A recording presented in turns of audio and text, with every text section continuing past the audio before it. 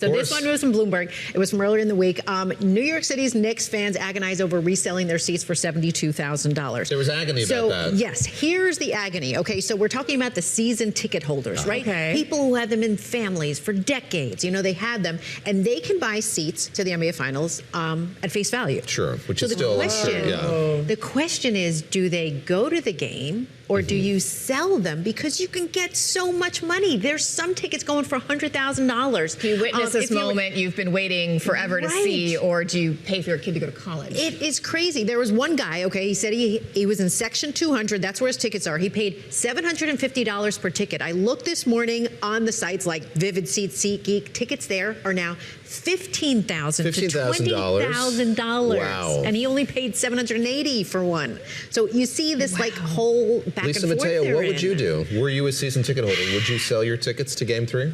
I have college tuition to pay for, so I probably would. Take President Trump's advice, kids. We're going to watch it on TV, and you're going to go to college. I don't know if you can see this on television. Yes. There's like Section 102. Look at these prices. Amazing deal, $12,270. I love there are also like budget deals as well. It's just like an astonishing. 6D will set you back $60,000. I mean, Yeah, you could, sure, each. You could Wait, no, redo your kitchen for that. That was $95,000. Yes. What does that one do? Well, do you get to like hang out with Taylor Swift? must be nice. Oh man. So this is the whole back and forth that they're going through. But yeah. David, what would you do? I'd definitely sell them. Okay, see? Yeah, you know, Pragmatic, I'm a practical group here on the table. person. Yeah, exactly. I love the team. I do. Excited for the moment, okay. but there are bills to pay. There are bills to, and there are plenty of them. Yeah. Let's move on to All right, let's this move one. on. Sorry. And if you have those bills, you might need this story. The Atlantic, binge drinking has never been easier, okay?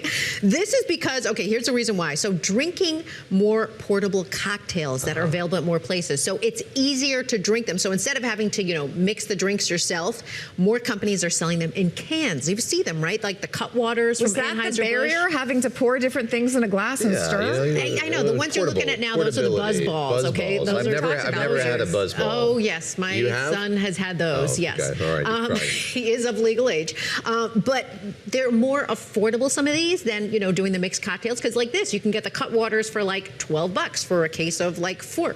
A peppermint white Russian. You can get them, so you can crack open a can and have a chocolate espresso martini, like right at your hands. I will say anecdotally. Anecdotally, I always love that. Shush, you're gonna give me a hard time with the story anyway. I was picking a bottle of wine at my liquor store on the corner, and they do have tons of these pre-made cocktails. And I asked the guy about it, and he said they're extremely popular. All ages, people just want to come in, get a cocktail, like have their drink, and then go to dinner. So I love going to the beach in New York where you can just get a nutcracker.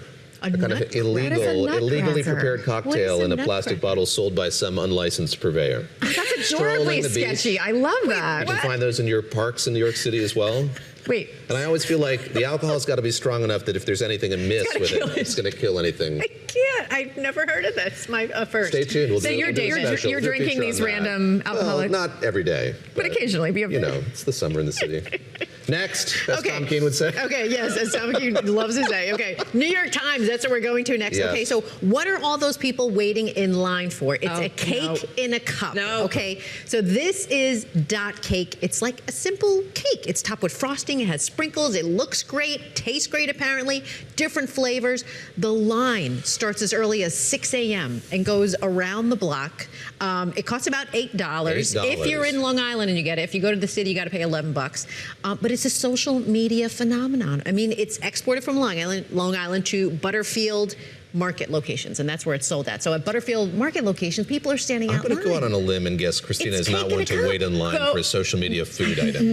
No. Go to the grocery store, buy a box cake, put it in a round thing, put some sprinkles on it, save yourself the time. That's a good idea. Totally with you. Like a cutter. Totally with you. Totally. This is not hard to know. All right. Okay, this last story. Last one. It hits home. I hope my husband is not watching. So this is more from the pursuits. More luxury homeowners want sleeping spaces away from spouses. Okay, so more couples are asking for 2 primary bedrooms, right? Because they have different sleeping schedules. Maybe they're in different times. Are they hosting a morning show? Maybe on the they're weekend, hosting a morning show on the weekend. Up at an early hour. Maybe there's snoring. Maybe there's menopause issues, and you need the fan going all times of the night. Theoretically, just putting it out there. Okay. Yes. But the reason they say why it's happening more now is because a lot of people wear those the health trackers. Okay. And so it tracks your sleep. So now you're more self-conscious. I'm not getting enough sleep. So now more couples are doing this. It's actually. Would you guys do this? It's to save your marriage. I do. When my son is not sleeping at home, I send the husband to the son's room. Wow. Do you couch surf when you have to get up early? I'm often told to sleep on the couch if I have to work late or get up early because it's disruptive when one comes into the bedroom and anyway. Yes. Yeah. And it saves the marriage. I'm in New York City. I'm not buying a separate bedroom. No. I feel like this is a suburban Midwestern luxury that maybe people are more able to afford. Here in New York, you're lucky if you've got a bedroom. Got a Long Islander writing in here. Oh, those cakes are so 10 years ago on Long Island. Really? They're still waiting outside. Brutal. Well, then all the more reason to stop standing in line that the trendsetters are in Long Island, and in New York City, we were merely sheep following the Long Islanders. Glad to have that update. Great.